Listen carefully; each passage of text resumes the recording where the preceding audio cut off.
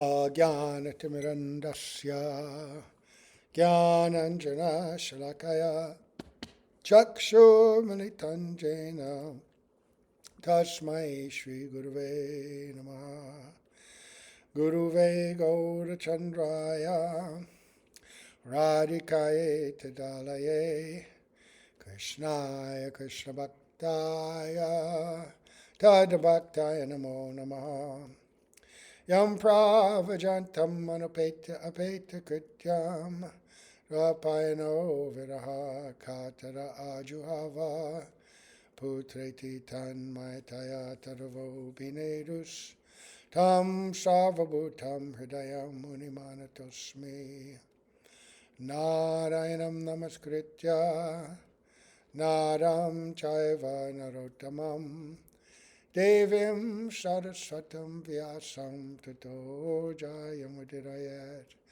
Bhaktya Vihina Parada Lakshay Kiptascha Kamari Tarangamadye Kripa Mai Tvam Sharanam Prapanna Vrinde Namaste Charanada Vindam Tave Vasmi Najivami Tvaya Vina Iti Vigyaya Radhe Tvam Nayanam Charanandike Vancha Kalpatarubhascha Kripa Sindhubhya Evacha Patitanam Pavanebhyo Vaishnavebhyo Namo Namaha. So we're going to continue hearing about Sri Nityananda Prabhu from the Nityananda Caritamrta, taken from the Chaitanya Bhagavat. We are in the Madhya Kanda, and we're going to begin by offering our most humble obeisance unto the lotus feet of our beloved Gurus, unto Sri Guru Pada Padmaniti Leda Bhavishta Om Vishnu Pad Asto Tarsat Sri Srimad Abhaya Charya Ravinda Bhaktivedanta Swami Maharaj Srila Prabhupada, and unto Sri Guru Pada Padmaniti Leda Bhavishta Om Vishnu Pad Asto Tarsat Sri Srimad Bhaktivedanta Narayan Goswami Raj, and our exalted Rupana Guru Varga. So yesterday was the appearance day of Sri Nityananda Prabhu. So we continued reading, and we heard about he and Madhavendra Puri meeting and traveling together, their ecstatic exchange. And then in the afternoon, we read about Mahaprabhu when Nityananda had gone to Vrindavan at the end of his travels, 12 years of traveling, waiting for the time to go and meet finally with Mahaprabhu, his eternal brother. And the indication was there. Actually, it said that he was calling out, Kanaya, Kanaya, and where is my Kanaya? Because he's wandering everywhere in Vrindavan and invoking his mood as Baladev and seeing all the pastime places, remembering all their times together, and yet Krishna was not there. And there was a aerial voice that said, your brother is in Navadvip, and now it's time to go. And so he went, and we heard this yesterday. He went, and first, he didn't go directly to where Mahaprabhu's place is. Instead, he went to the house of Nandana Acharya, down at the tip of Antardvip, Mayapur, at Ishodan. And Mahaprabhu told his devotees that, last night I had this amazing dream that a great personality has come. He arrived on a chariot. He was dressed in blue. He was white and effulgent, and he's describing his decorations and a chariot with the palm tree on it. All the indications that he is Lord Baladev. And he came and he dressed Mahaprabhu, and Mahaprabhu said, now we have to find him. I know he's here somewhere. So he sent Srivas Thakur and Haridas, who went all over Navadvip, looking every alley, every house, asking everyone, hey, have you seen him? Nobody had seen him. So but they hadn't looked in some of the little outlying villages, which Ishodan is. And so Mahaprabhu said, follow me, I'll take you to him, happily saying that.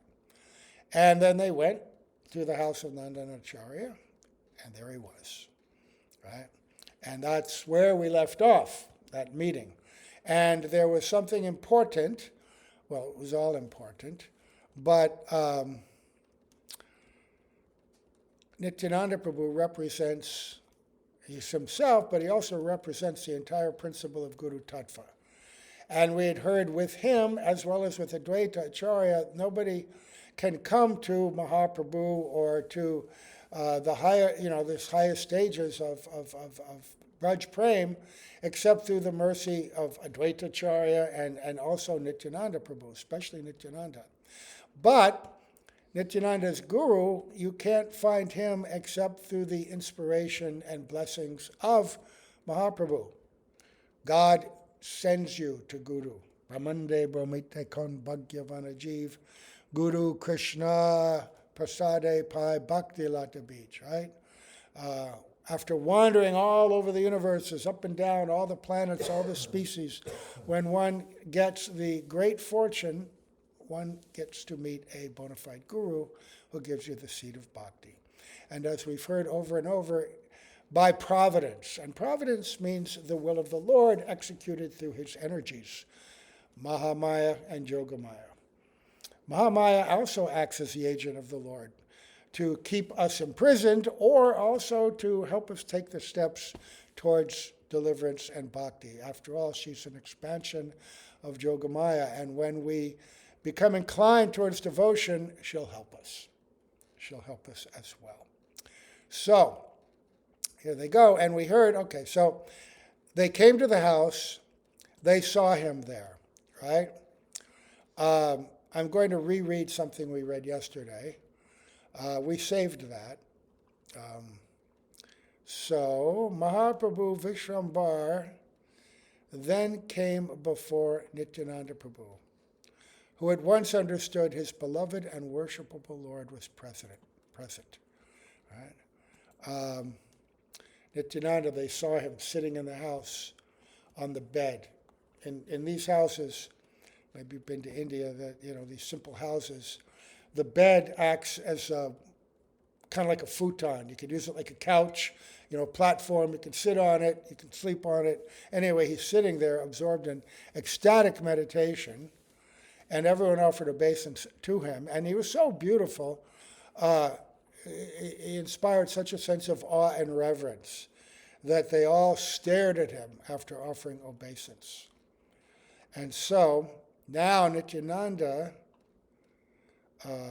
understands, oh, my Lord. Remember, Bhaktisiddhanta Saraswati Prabhupada described to us that Nityananda, his mood is one of servant. They're intimately close. Mahaprabhu sees him as senior and treats him with great respect. And in his avadut role, Nityananda acts in so many ways with Lord Chaitanya, but he's ultimately seeing him as his worshipable Lord, but he also has a mood of protection towards that same Lord. So, the form, here's now Nityananda, is seeing the form of Vishrambar was as beautiful as that of Cupid. He wore attractive garments and was decorated with a flower garland. Sandalwood paste decorated his forehead. The luster of gold appeared most insignificant before the transcendental body of Lord Nityananda. Wait a minute. Are we hearing the description of Vishrambar or Mahaprabhu? Let's see. We've already heard. I think there's a misprint. I think this is describing Nityananda. Let's see. Even the moon god hankers to see his enchanting face. Because we've heard many descriptions of Mahaprabhu already. It makes sense. This is a description of Nityananda. So the Lord's teeth resembled rows of pearls. And upon seeing his attractive hair, one would practically lose consciousness. While gazing at his two broad pinkish eyes, one wonders, are these lotus flowers? His two long arms reached to his knees. A fine, thin, sacred thread beautified his broad chest. His forehead was wonderfully decorated with marks of tilak, and his body looked enchanting even without ornaments. His fingernails defeated the beauty of millions of jewels. His attractive smile was sweeter than nectar. Vishwambar stood in front of Nityananda Prabhu, who at once recognized the Lord of his heart. I still don't know whether that's describing Mahaprabhu or Nityananda, because is this what Nityananda is seeing? Because it wasn't clear. Either way, what? Is Nityananda. Sure? Yeah. Okay. We read it yesterday. I know, but I'm confused. But anyway, they look very similar. Nityananda's complexion is more whitish, and Mahaprabhu's is more golden. So Nityananda Prabhu, out of joy, became stunned with ecstasy. He stared at Lord Vishwambar without blinking his eyes. He desired to lick Vishwambar with his tongue and drink his beauty through his eyes. Nityananda Prabhu desired to embrace Vishwambar with his arms and smell him with his nose. But he was simply stunned. He could not speak or move, being astonished. Lord Gauranga, the life and soul of everyone, beheld the situation and began to invent ways to reveal Nityananda Prabhu. So we heard yesterday how all the senses of Nityananda wanted to taste the beauty of Mahaprabhu, right? And in transcendental bodies, as we hear in Brahma Samhita, Krishna's body, any part of the body can perform the full-fledged function of any other part of the body. There's no limitation in the transcendental form. But still, he wanted to taste Mahaprabhu in all these ways. So beautiful. So now Mahaprabhu wants to reveal Nityananda Prabhu to everyone. What does that mean? All right, his ontological identity, that's fine, the philosophical conception. But even more, to reveal him means to reveal his deep love, right? His mood of prema, extraordinary, unparalleled moods of love, and his relationship with the Lord. So with a gesture, now here's where we left off. With a gesture, the Lord instructed Srivas to recite a verse from the Srimad Bhagavatam. Understanding the Lord's intention, Srivas Pandit at once recited a verse from Srimad Bhagavatam, glorifying Krishna's attractive form. This is from the 21st chapter. This is one of the famous verses. Srila Bhaktivedanta Narayana Maharaj points out that there are a number of verses in the Bhagavatam that particularly are singled out as describing Krishna in the most beautiful way. Barhapidam natavada vapokanayor kanikaram bibradvasa kanaka kapisham vajayantim chamalam randram venoradara sudaya purayan gopavindar vrindaranyam sapada ramanam pravishad gita kirtihi. Wearing a peacock feather ornament upon his head, blue karnikara flowers on his ears, a yellow garment as brilliant as gold, and the Vaijayanti garland, Lord Krishna exhibited his transcendental form as the greatest of dancers as he entered the forest of Vrindavan, beautifying it with the marks of his footprints. He filled the holes of his flute with the nectar of his lips, and the cowherd boys sang his glories.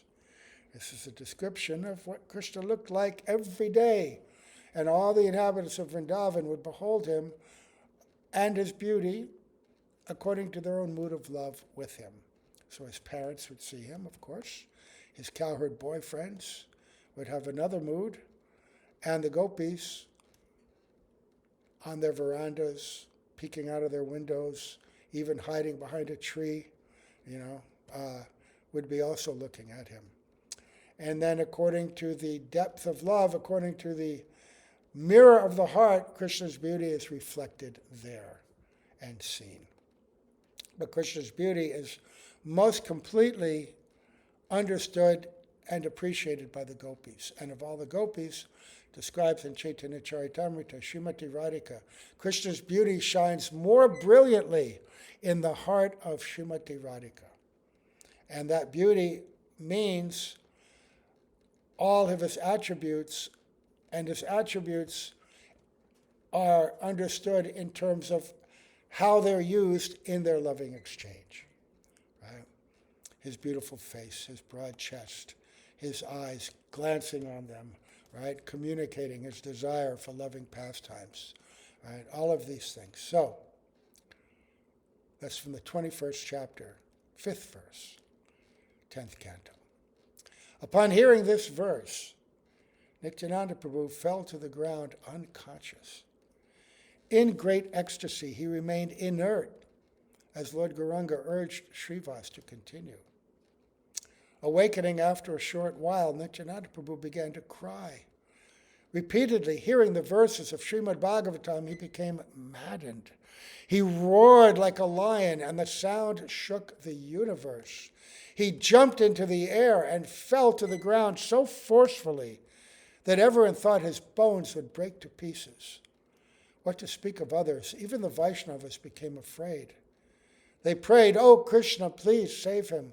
Oh Krishna, please save him." Other than Mahaprabhu, no one had ever seen such demonstrations of ecstasy before. This was Mahaprabhu's intent. Remember the story of Gadadhar Pandit always wanting to see a great devotee. And so Mukunda said, "Oh, you want to see a great devotee? I will take you to one." And he took him to the house, recently arrived, of, what name? Pundarik Vidyanidhi. Right, Pundarik Vidyanidhi, yes. Sometimes it's called Pundarik Premanidhi. And he's very wealthy. And he had recently arrived in Navadvip from the same place that Mukunda had come from. So Mukunda knew of him. Right? And their families came from the same place. And when Gadadhar Pandit saw him, he saw only a very opulent person. Oiled, scented hair, scented, maybe had a mustache, can't remember. Very fine clothes, beautiful furniture, all these things everywhere, tapestries. And he thought, what? This Vishai, he can't be an enjoyer, he can't be a devotee. But then in the same way, Mukunda, wanting to reveal Pundarik Vidyanidhi, sang a verse that would invoke his moods. And the verse he sang was about how merciful is Krishna who liberated Putana and gave her the position of nursemaid. Right? And so, hearing that, Pundarik Vidyanidhi also fell to the ground, semi-conscious, began thrashing and destroying everything in the house. And Gadadhar Pandit, witnessing this, could understand he was in the throes of spiritual ecstasy. And he understood, oh, this is a great devotee. And he felt ashamed. Oh, I've offended him. I should not have done that. How to fix that? And then thinking, oh, he's such a great devotee. I should honor him and take initiation from him. Right? So Gadadhar Pandit, who's Radharani, who could he take initiation? Who's going to teach Radharani anything?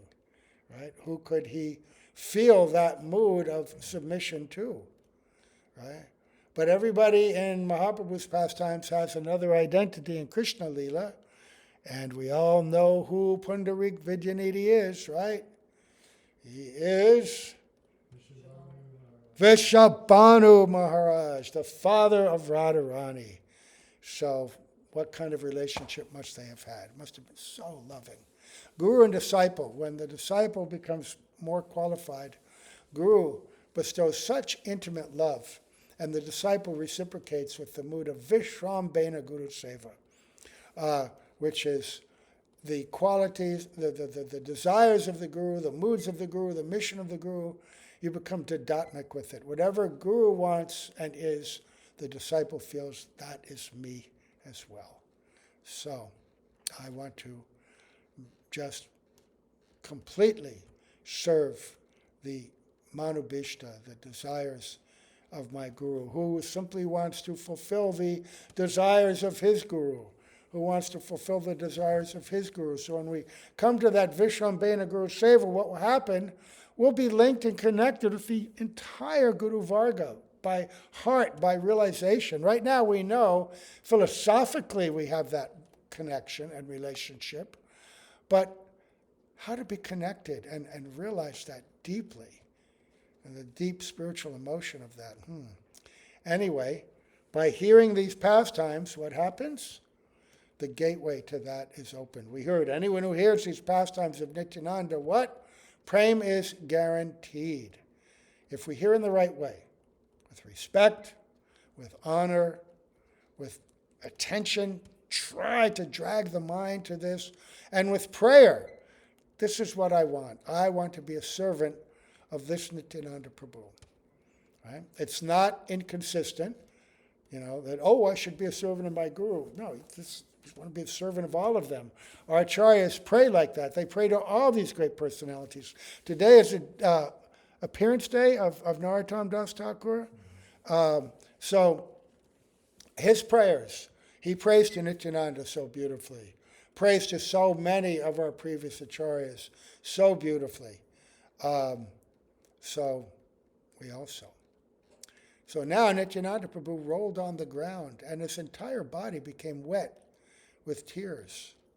While gazing at the attractive form of Lord Vishrambar, he breathed heavily. Somehow he would laugh loudly, and sometimes he felt great happiness within his heart. Sometimes he danced, sometimes he clapped his hands, and sometimes he jumped with great force. Imagine seeing that. I've never seen anything like that. I've seen my gurus show a little bit of their inner sentiments. It's said that pure devotees are very grave, and they'll not show their internal or reveal their internal moods generally. But when they get to the very high stages, beyond where their love is beyond smoking, beyond burning, beyond blazing, right? And when all the sattvika bhavs begin to blaze simultaneously, you might see a tear or a choking of the voice temporarily. If you see that in a Mahabhagavat, you know that inside their love is raging. So what to speak of Nityananda Prabhu? What is in his heart that all these symptoms, he's also can be very grave and internal. But here, completely uncontrolled, jumping, rolling on the ground, roaring, tears, laughing, clapping, all the Anubhavs, all the Sattvika bhavs, everything. How wonderful was Nityananda Prabhu's transcendental form. Golden effulgence emanated from his beautiful body. Brightly shining ornaments decorated his charming bodily limbs. Yellow cloth adorned his waist, and he wore a cloth turban decorated with champak flowers on his head. Tinkling ankle bells sounded as he walked. Tears filled his deer-like eyes. His enchanting smile appeared as if lightning had fallen upon the earth. What happens when lightning falls on the earth? You see that sometimes? Effulgence, bright light everywhere, astonishment, seeing it. You're overwhelmed. His enchanting smile, everybody's just as stunned. Oh my God. His captivating smile disturbed the chastity of women. He's so handsome. His grave voice resembled the rumbling of a cloud. His roaring subdued the mad elephant in the form of Kali. He walked like an intoxicated elephant. Tears of love constantly flowed down his smiling face. Overflooded with love of God, Nityananda Prabhu's body displayed symptoms of ecstatic love, including shivering, standing of the hair on end, and perspiration. He held a golden stick in his hand as he defeated the pride of Kali. His lotus-like palms were simply wonderful. He was decorated with armlets, bangles, a necklace, bracelets, and ankle bells. His 2 earrings were as bright as the sun. He rolled upon the ground. Sometimes he stood up saying, "Please hold me." Then he would ask everyone, "Where is that cowherd boy, Kanai?" Kanai was a particularly intimate name that the cowherd boys and Mother Yashoda would give to Krishna. Sometimes Nityananda Prabhu uttered strange words. And sometimes he cried or laughed. Sometimes he asked for honey. And sometimes he praised his consort, Revati. So he's obviously in his mood as Baladev here. Sometimes he hopped. Sometimes he said one thing, and the next moment, something else. No one could understand what he said. The fragrance of his bodily limbs caused all young girls and even married women to leave their houses without hesitation. Nityananda Prabhu fell on the ground to offer obeisance to Lord Vishrambar and humbly offered him prayers with sweet words. He fell at the lotus feet of his Lord. Both of them tried to catch hold of each other's feet. Both the Lords embraced each other and cried, because now, after their entire lifetimes, they have finally met. We can't imagine the joy of that meeting. And they witnessed it. These devotees witnessed that. When you read this, let yourself pray time to time. Oh, I want to be there. I want to be there. Even that sentiment, even however hesitantly or immaturely presented, is appreciated. I've told this story over and over, but to me it's quite meaningful. When I was living in San Francisco and went down to Badger, New Braj, to see Gurudev, maybe it was 98, and maybe 99, I think maybe 99. And he gave a beautiful lecture in all these moods, right? Separation, greed, all of that.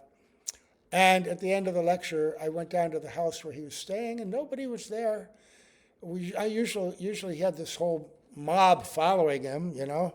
But somehow or other, he went into the door and the first room. Nobody was there, just a handful of devotees and him and me.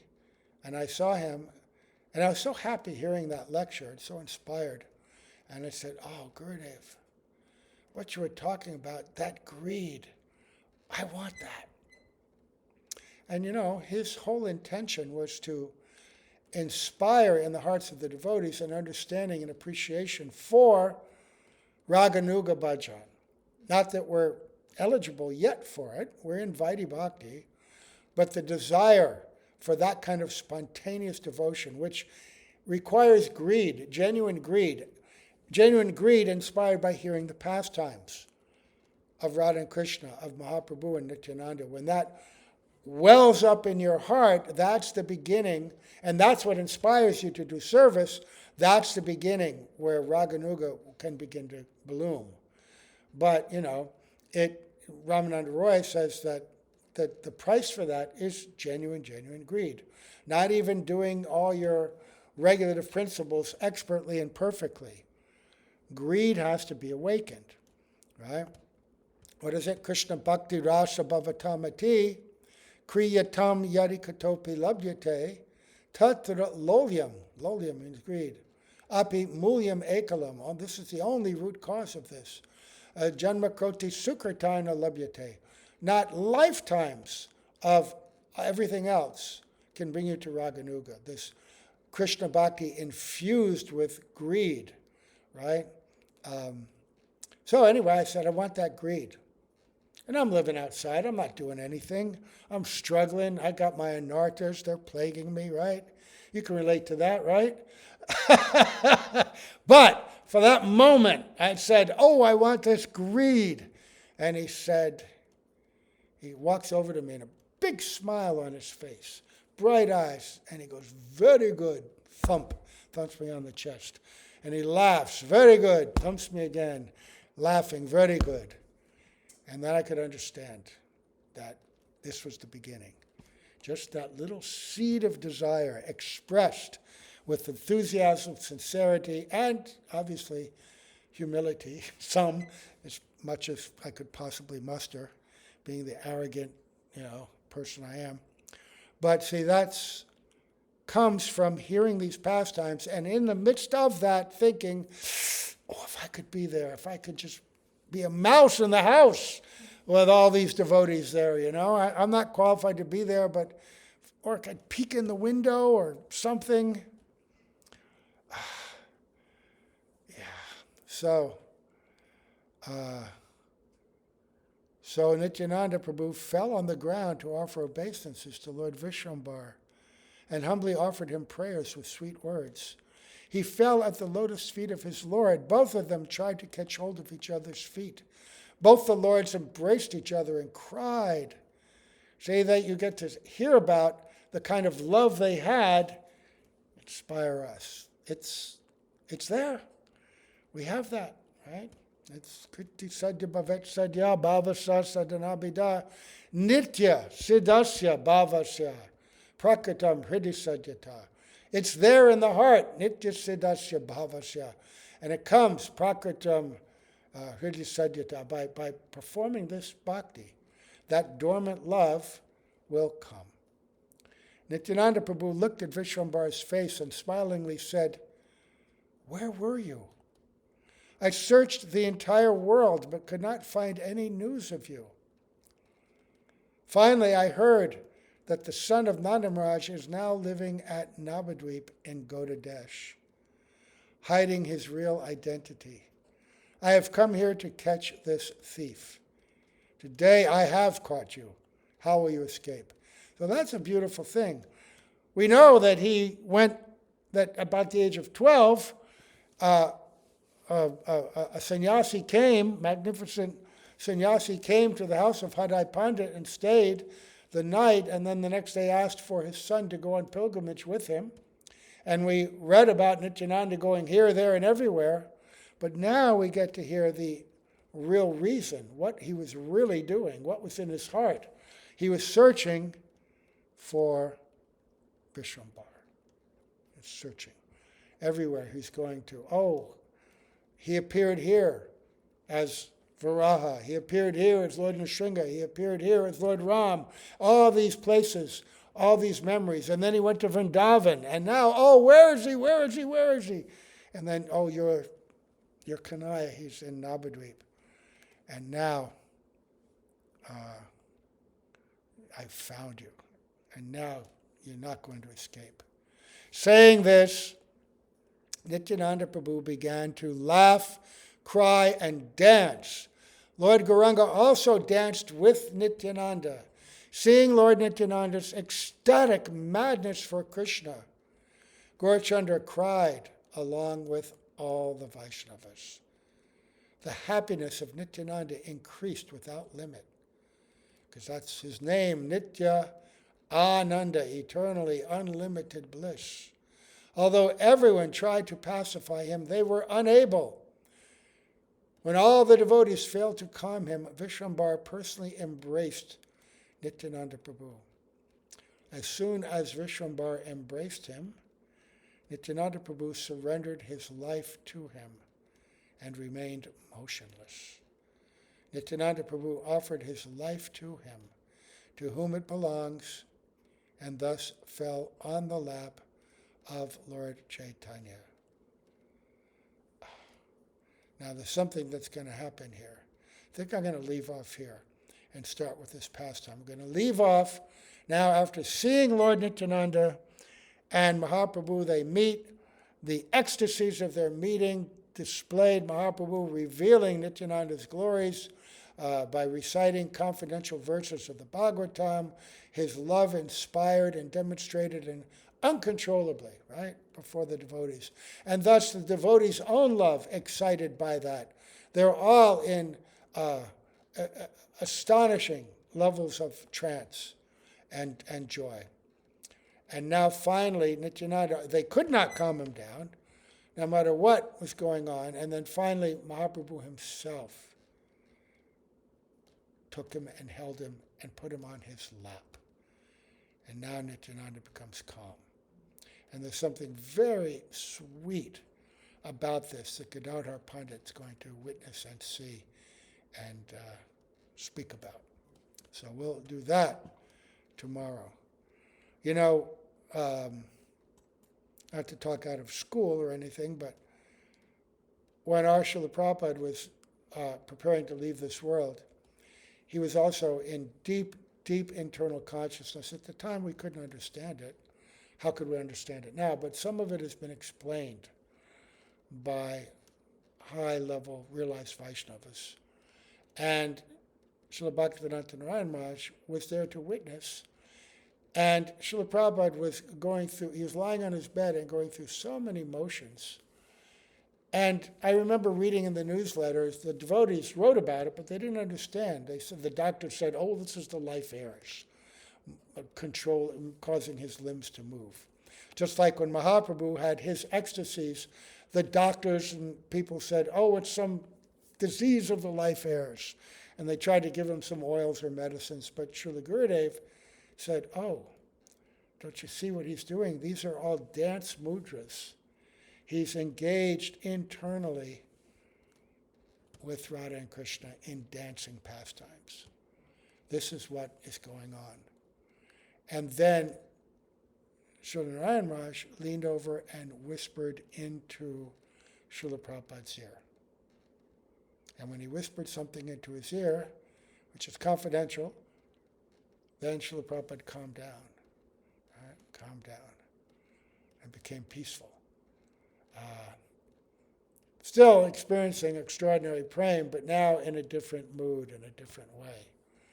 And they had exchanges, they had conversations, but these are the affairs of these topmost devotees. Our Guru Varga, they also are in attendance in these pastimes. So they're calling us, come, you take part also. And we have the gateway. We've been given, we have our mantras, we have our seva, we have our devotional association, we have our culture. It's all there. Just don't create offenses. Don't criticize. Just chant with attention, with love, to the best of your ability, and try to cultivate a mood of joy and service and greed for this. So we'll stop here and offer obeisance to our divine Srila Prabhupada, our Srila Bhaktivedanta Narayan Goswami Maharaj, all of our Parampara. Today, to Narottam Das Thakur, whose appearance today we didn't get to speak, but he came in succession, the second group, again, second generation, the six Goswamis, and then Narottam Srinivas Shamananda, who were entrusted with carrying the teachings of the Goswamis throughout India. And Narottam Das did so in extraordinary ways, going back to, on the order of his guru, Lokanath Das, and empowered by his Shiksha Guru, Jiva Goswami, went back to Keturi, and with the literatures of the six Goswamis, began to teach the real essence of all Vedic teachings, right, of Srimad Bhagavatam, and writing, especially his songs, which contain, in his songs, are the moods of love and service that Mahaprabhu entrusted to Rupa Goswami, who entrusted to Narottam, right? And Mahaprabhu himself had entrusted Narottam. Before Narottam had even appeared in this world, Mahaprabhu was bathing with his associates. They were somewhere at the Padmavati River, Padma River. And at Padmavati. And so they were bathing, and all of a sudden Mahaprabhu began to call out the name, Narottam, Narottam, Narottam, in a trance. And Nityananda said, who is this Narottam name you're calling out? And he said, oh, in the future, a great, great devotee is going to appear very near here, because that river is near Keturi. And then he called the deity, Padmavati Devi, to come. And he said, in the future, a great devotee will come. I'm leaving something for him. And I want to give it to you. And when he bathes in your waters, I want you to give it to him. What are you leaving? I am leaving my own prem, the complete power of Gaura Prem, the love of Gaura Prem. And how will I recognize him? As soon as he steps in your water, his own great moods of love and devotion will make you very ecstatic. Your banks will overflood, with at that time. And then you give him this Gaura Prem. So she, yes. And then many years later, this boy who from his childhood had exhibited and manifested such high-level devotional sentiments, very controlled, extraordinarily learned, not interested in mundane things, expert student, everything, worshiping all the time.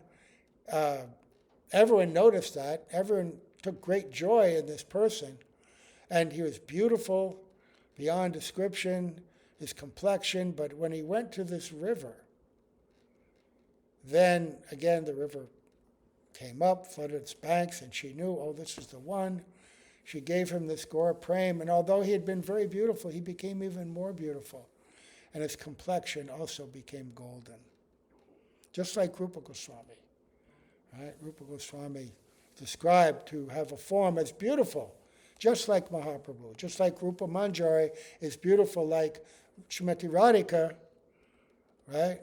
Rupa Goswami is beautiful like Mahaprabhu. Right? So, who has the complexion and beauty of Srimati Radhika. And Narottam Das was given that, along with those deep moods of prem. And he went back. Before he was devotional, now he was a madman. And he glowed, and everybody, what? Oh my goodness. And with some difficulty also, just like Raghunath Das, to leave home. But circumstances came where his father and uncle, who were like kings in that area, had to go visit the main king, and during that time he was able to make his escape. And he went to Vrindavan, and there's so many stories about him. And the Bhakti Ratnakara is so much about Narottam Das Thakur. It's incredible. It's so beautiful.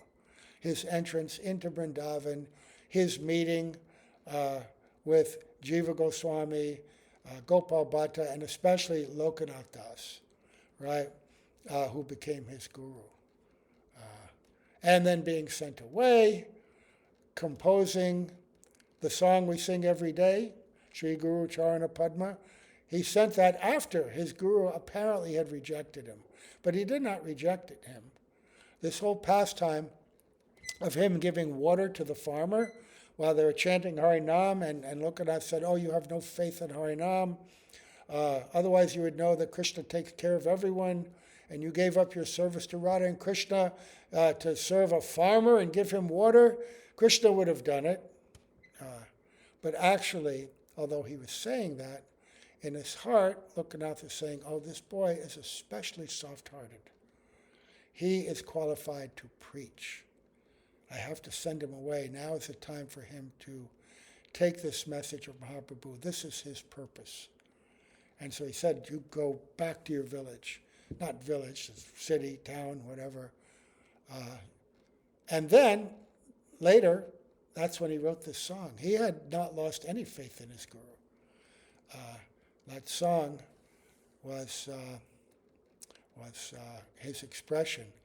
And I remember the first time we chanted that in Srila Prabhupada's presence in Brooklyn. He had recently instituted that and the practice of Guru Puja. We'd not done Guru Puja formally in the temples yet. But he came and they had done it. And he came into the temple, and they played the Govindam prayers, where Srila Prabhupada comes in and he offered obeisance, and after that we did Guru Puja. And then Srila Prabhupada stopped it because there was some irregularity going on in the temple at that time. And he said, you are singing Sri Guru Charana Padma, but you do not know the meaning. You're just singing the words, but you're violating the spirit. Because the leader of the temple, some nonsense was going on. And Srila Prabhupada gave a very terrifying lecture about Sri Guru and how he's not a plaything, not a joke, and if you violate that, then your spiritual life is useless. It's just nothing. But if you understand the meaning of this song and embrace it, then everything will come to you. Right? The words emanating from the lotus lips of my Guru are everything. The highest goal. Worship his lotus feet. Attachment to his lotus feet. The Vedic scriptures sing of his character. Everything, all these principles were realized by Narottam Das Thakur and expressed in the deepest love in that song. So we sing it every day. So try to sing it in the mood of what we're trying to cultivate here. Nityananda Prabhu, Adi Guru, Narottam Das Thakur in our line, all of this. This is our legacy that they've left us. So again, all glories to Srila Prabhupada, all glories to Srila Gurudev, all glories to all these assembled devotees. Gaur Premanande, Hari Hari Bol.